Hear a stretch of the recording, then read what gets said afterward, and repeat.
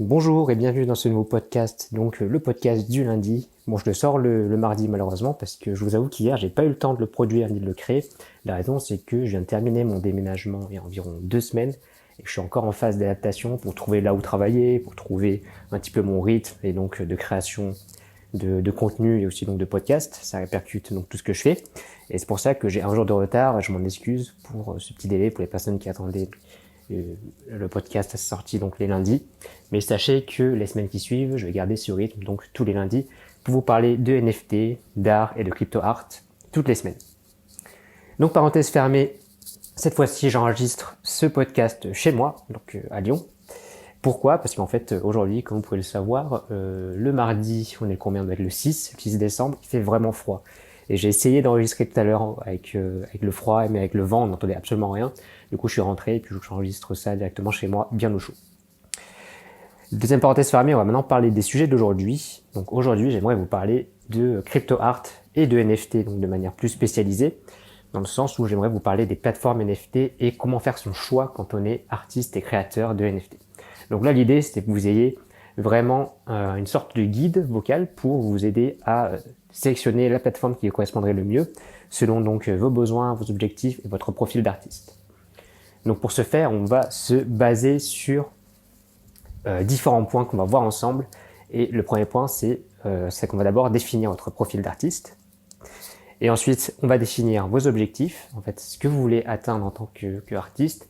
Et troisièmement, on va aussi voir un petit peu votre type de création ou encore le type de communauté que vous voulez toucher en tant qu'artiste sur les plateformes NFT. Donc, il se peut que ces trois parties, on va les traiter de manière un peu mélangée, parce que c'est vrai que c'est des choses assez liées. Donc, il se peut que je mélange un petit peu chacun des points, mais l'idée, c'est que, en fait, en suivant un petit peu cet audio, vous saurez en fait comment créer vos premiers NFT sur la plateforme qui serait le plus adapté selon votre profil. Et vous aurez en fait une bonne base pour débuter dans le monde des NFT. Et vous aurez une bonne base pour sélectionner votre marketplace et pas vous perdre sur OpenSea par exemple alors qu'il n'y a aucune raison ou sur Rarible alors qu'il n'y a aucune autre raison pour aller dessus si jamais c'est pas du tout adapté à votre profil ni à votre besoin, etc. Donc la première chose à définir, c'est un petit peu votre profil en tant qu'artiste. Qu'est-ce que vous recherchez en tant qu'artiste, en tant que créateur ou créatrice sur une plateforme NFT ? Est-ce que vous voulez quelque chose plutôt de simple ? Est-ce que vous voulez quelque chose qui permet de créer des NFT sans payer trop de frais de transaction, sans payer trop de frais à la plateforme, etc. Mais en fait, tout ça, essayez de le mettre sur un document. Donc, par exemple, vous pouvez mettre sur votre cahier mes besoins, donc mon profil et mes besoins en tant qu'artiste et en tant que créateur. Mes besoins, ça peut être par exemple, je veux une plateforme très simple à utiliser, donc une plateforme qui permet de minter, de créer mes NFT, de les vendre simplement avec des boutons qui sont bien expliqués, avec des fonctionnalités qui sont bien expliquées aussi, et aussi un site qui est facile à utiliser, où on se prend pas trop la tête à comprendre les différentes fonctionnalités, mais en fait il existe des plateformes qui sont adaptées à ça. C'est des plateformes assez simples à prendre en main, et que j'ai catégorisées dans la matrice des plateformes NFT, je vais en revenir plus tard aussi. La matrice que, si jamais vous êtes abonné à ma newsletter d'ailleurs, j'en ai parlé dans un des derniers mails qui doit dater d'hier ou peut-être de dimanche, je me souviens plus quand est-ce que je l'ai envoyé. Et bien en fait, ces plateformes-là qui sont donc que je caractérise de minimalistes, elles permettent de simplifier tous les processus de création. C'est-à-dire que vous aurez quelques boutons à sélectionner pour créer vos NFT et ce sera assez simple à prendre en main. Vous aurez juste à suivre les tutoriels et vous n'allez pas vous prendre la tête avec toutes les propriétés d'un NFT, toutes les statistiques que vous pouvez avoir, etc. Ce sont des plateformes minimalistes où le but là, c'est d'afficher votre NFT, de le mettre en vente et que tout ça soit fait de manière simple, avec des fonctionnalités simples et donc minimalistes. Donc ça, c'est un exemple. Pour en revenir sur le sujet, c'est donc définir votre profil et vos besoins avec, par exemple, comme je l'ai dit, soit une plateforme simple à prendre en main, soit vous voulez quelque chose de plus détaillé. Dans ce cas-là, ce sera deux plateformes qui seront adaptées. Ce ne sont donc pas les plateformes minimalistes. Soit vous voulez quelque chose qui n'utilise pas trop de frais de transaction, qui va donc fonctionner sur une blockchain qui est peu coûteuse. Donc pour les blockchains peu coûteuses, vous avez par exemple la blockchain Tezos ou la blockchain Solana ou encore la Binance Smart Chain. Donc ce sont trois blockchains qui sont peu coûteuses et qui demandent peu de frais de transaction. A contrario, en blockchain plus coûteuse, si jamais vous voulez investir dans vos NFT, vous voulez créer des œuvres par exemple chères et que les frais ne représentent une toute petite partie une fraction du prix de l'œuvre, vous pouvez par exemple vous orienter vers la blockchain Ethereum. Et la blockchain Ethereum est une blockchain donc plus populaire et surtout plus utilisée dans le monde de l'art et dans le monde des NFT général, dans le marché des NFT général, la majorité des NFT s'échangent. Le plus grand volume de NFT est sur la blockchain Ethereum, donc la majorité des NFT s'échangent sur cette blockchain-là. Donc, dans vos besoins et vos profils, c'est tout ça. C'est ce que vous voulez ce que vous voulez en faire au niveau de l'utilisation de la plateforme, et aussi ce que vous voulez investir, c'est-à-dire mettre un petit peu d'argent ou pas, et aussi tout ce qui est l'aspect de la blockchain en elle-même, c'est-à-dire que sur certaines blockchains, il faut savoir qu'une blockchain, c'est tout un écosystème. Par exemple, Tezos, c'est un petit peu plus tourné vers une création environnementale, alors que Ethereum est plus tourné vers une blockchain plus sûre et plus tourné vers beaucoup de projets NFT et projets aussi blockchain et crypto d'autres types que l'art, etc. Donc une blockchain plus populaire et plus utilisée avec une communauté plus vaste, alors que par exemple Tezos sera une communauté plus dédiée à l'art et un petit peu moins populaire et donc un petit peu plus sélective, pas sélective, mais avec moins plus soudée, voilà, c'est le mot que je cherchais, et avec moins de personnes là-dessus. Ensuite, la deuxième chose à faire, c'est définir aussi votre type de création, le type d'art que vous voulez faire, qui va aussi impacter donc la plateforme que vous allez utiliser, car sur certaines plateformes, il y a une communauté plus ou moins forte de collectionneurs, de type d'art ou de type de création. C'est pour ça qu'il est important de se renseigner sur les plateformes que vous voulez utiliser et de voir un petit peu ce qui se crée là-bas. Par exemple, si vous trouvez une plateforme qui est spécialisée dans l'art et dans un type d'art particulier, et que vous êtes justement un artiste ou une artiste qui produit ce type d'art, peut-être que c'est plus adapté pour vous de vous rendre là-bas que de vous rendre sur une plateforme plus généraliste comme OpenSea ou comme sur Foundation, même si elle est spécialisée dans l'art. Car il existe vraiment beaucoup de plateformes qui naissent et de nouvelles plateformes qui se créent dans le marché de l'art et des NFT, et notamment avec les courants artistiques, les genres artistiques différents et les styles différents. Et bien là, vous avez aussi des plateformes avec des marketplaces. Enfin, plateforme marketplace, c'est la même chose. Sauf que marketplace, c'est un terme anglais, et du coup, je limite un petit peu l'utilisation des anglicismes, mais parfois, je vais confondre et mélanger les deux, donc c'est juste pour un petit rappel, c'est que c'est la même chose. Plateforme NFT égale marketplace NFT. Et en fait, sur certaines plateformes, vous avez des types d'art qui sont plus représentés, comme par exemple, j'ai en tête FXH, je crois que ça s'appelle comme ça, FXH, qui est une plateforme qui est utilisée sur Tezos et qui est spécialisée, elle, sur l'art génératif. C'est-à-dire que vous pouvez créer de l'art génératif directement sur la plateforme en utilisant du code, et vous pouvez aussi donc mettre en vente vos NFT sur cette plateforme-là, et donc naturellement vous allez voir que sur ces plateformes-là il y aura des collectionneurs d'art génératif.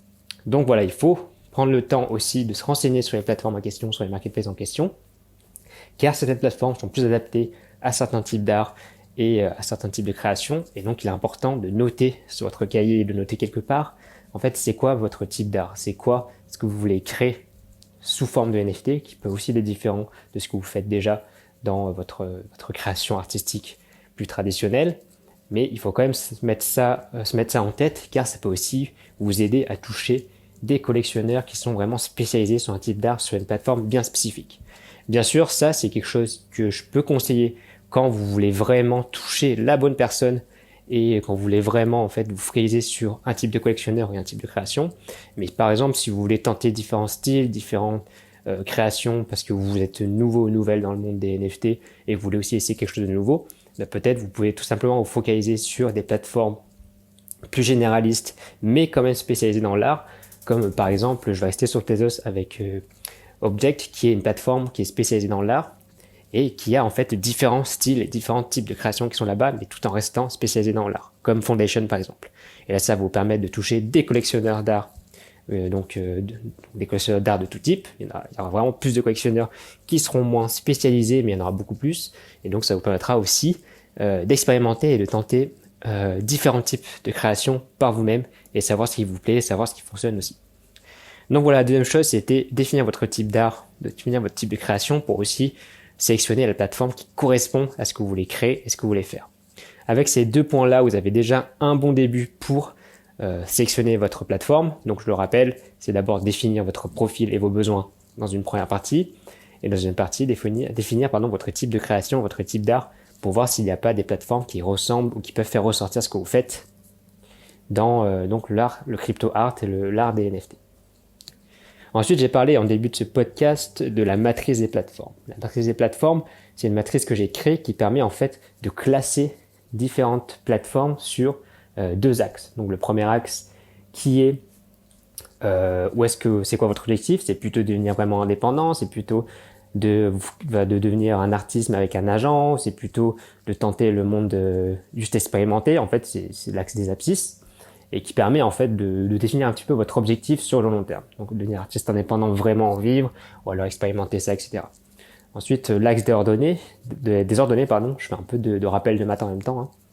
C'est ce que vous voulez mettre en fait c'est plutôt la notoriété que vous avez aujourd'hui et ce que vous voulez mettre en communication. C'est-à-dire que si vous êtes un artiste déjà très connu, qui a beaucoup de gens qui suivent, une bonne communauté sur les réseaux sociaux ou même ailleurs, qui seraient en fait déjà enclins à acheter ce que vous faites et vous avez déjà une bonne popularité, donc une bonne réputation, eh bien vous aurez certaines plateformes qui vous permettront quand même de vendre, comme par exemple OpenSea ou Rarible, qui sont utilisées par la plupart des gens et vous n'avez donc pas besoin d'être mis en valeur par ces plateformes-là et vous n'aurez pas besoin d'avoir en fait une visibilité qui sera donc qui viendra des plateformes. Alors que si par exemple vous n'avez aucune communauté, vous débutez vraiment de zéro et vous devez débuter votre travail sur les réseaux sociaux, vous voulez construire une réputation, il y a certaines plateformes plus spécialisées avec moins de communauté, avec moins de visibilité, moins de monde là-bas, avec moins d'audience et moins de collectionneurs, mais qui aura une meilleure communauté, donc ce sera plus simple pour vous de développer votre réputation là-bas et de vous faire un nom directement, car vous pourrez rejoindre directement les quelques artistes qui y sont présents et vous pourrez profiter donc des peu d'artistes présents pour tirer votre épingle du jeu. En plus, sur certaines plateformes, il y a des communautés soudées, il y a aussi certaines plateformes avec des barrières à l'entrée, c'est-à-dire qu'il faut faire une candidature. Et donc, si vous passez ces étapes de candidature, vous pourrez en fait être mis en valeur par ces plateformes-là. Là, je pense par exemple à SuperRare, qui est un peu la pionnière qui a lancé ça. C'est une plateforme donc, que j'appelle élitiste dans la matrice des plateformes.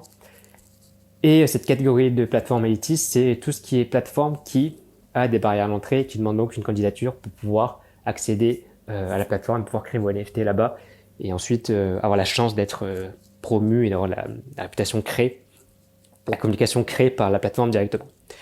Donc ça, c'est notre option, hein. Et pour rappel, j'avais aussi décrit sur cette matrice qu'il y avait différentes catégories de plateformes. Je fais un petit rappel vite fait, si jamais vous n'avez pas vu le mail où j'en parle, ce mail, je l'ai envoyé, donc je crois que c'était lundi, c'était hier, et où je parle des différentes catégories que j'ai classées dans cette matrice-là.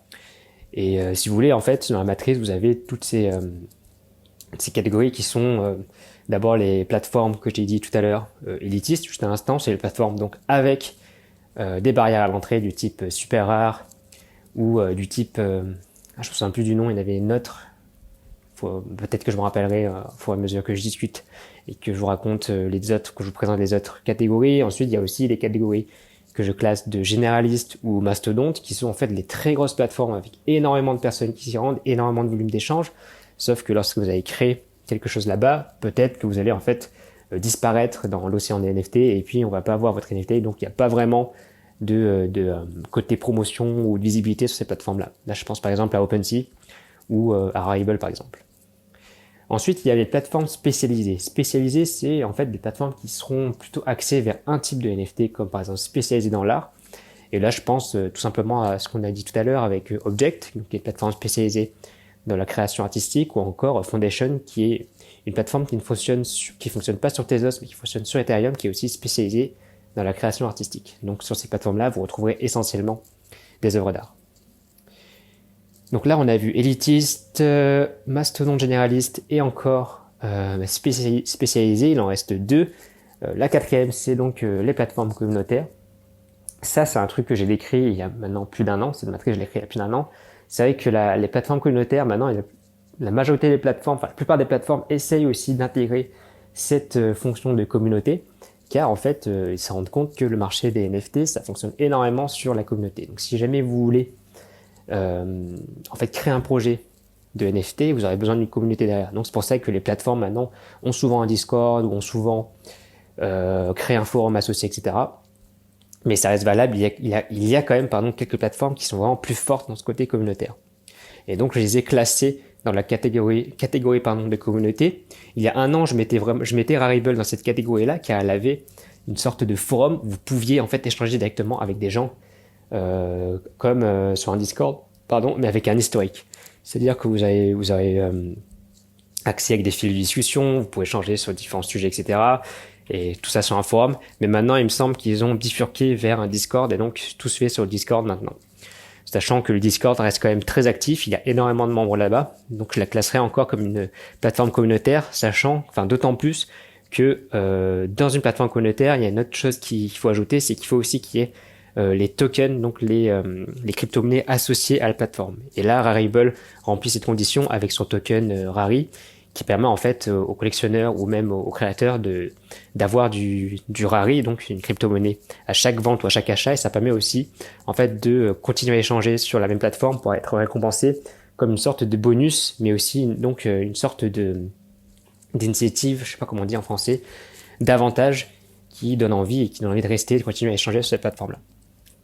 Et je sais aussi qu'il y a LuxRare qui fait pareil pour avec son token Lux et qui en fait à un moment un petit peu fait peur à OpenSea car c'est une plateforme qui fonctionne aussi sur Ethereum et qui a engendré énormément de volume d'échange et il y a eu beaucoup d'investisseurs en crypto-monnaie ou de spéculateurs qui ont profité en fait de la création de LuxRare pour faire beaucoup de ventes et beaucoup d'échanges et aussi investir dans le token Lux qui permettait en fait à chaque échange les acheteurs et les vendeurs gagnaient un pourcentage en token Lux et le token Lux a pris beaucoup de valeur pendant une courte période. C'est pour ça qu'on a entendu parler de LuxRare à un moment, je crois que c'était il y a peut-être 6 mois ou moins d'un an, on parlait beaucoup de cette plateforme, mais aujourd'hui ça s'est un petit peu stabilisé. Ensuite, la cinquième et dernière catégorie, le plateforme, on en a parlé au tout début du podcast, c'est les plateformes que j'appelle plutôt minimalistes. Pourquoi est-ce qu'elles sont minimalistes? C'est parce qu'elles permettent en fait d'échanger et de créer des NFT, les minter, enfin tous les processus de création, de vente, etc. de manière très simple. Et donc ça permet de ne pas se prendre la tête avec toutes les fonctionnalités qu'on peut avoir, des tokens supplémentaires, des wallets supplémentaires, etc. En fait, on va avoir l'essentiel pour un artiste ou une artiste ou un créateur pour mettre en vente ses œuvres sous forme de NFT et les échanger simplement. Pour ça, je pense à RNFT, qui a été une plateforme qui a eu beaucoup de popularité au tout début du boom, c'est-à-dire il y a environ 2 ans, du boom du marché des NFT, où on parlait beaucoup de RNFT car elle avait très peu de frais. Et en plus de ça, elle permettait de créer des NFT super simplement, sans se prendre la tête, et ça fonctionnait sur la Binance Smart Chain, donc c'est pour ça qu'il y avait peu de frais, tout en restant donc sur une technologie qui se rapproche du réseau Ethereum et donc la sûreté du réseau Ethereum. Donc les plateformes minimalistes, c'est bien si jamais vous voulez pas trop explorer de fonctionnalités difficiles, si jamais vous voulez pas trop vous prendre la tête avec la prise en valeur de certains tokens, avec l'aspect communautaire, etc. Ça vous permet de créer des NFT, de les mettre en vente. Et si jamais vous avez déjà une présence sur les réseaux sociaux, ça peut être bien, car ça juste à mettre un lien vers votre galerie et ce sera assez simple d'acheter. On peut même le faire sur son téléphone. Et donc c'est un côté vraiment minimaliste et fonctionnel.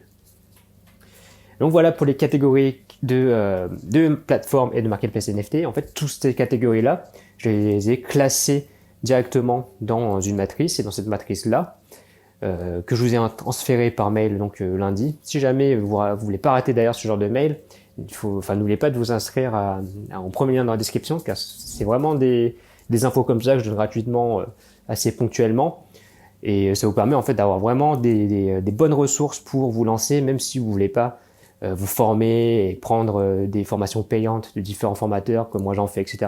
Là, ça permet vraiment d'avoir des bonnes bases et des bonnes notions sans rien payer, et tout ça gratuitement et de manière assez régulière. Donc c'est le premier lien dans la description.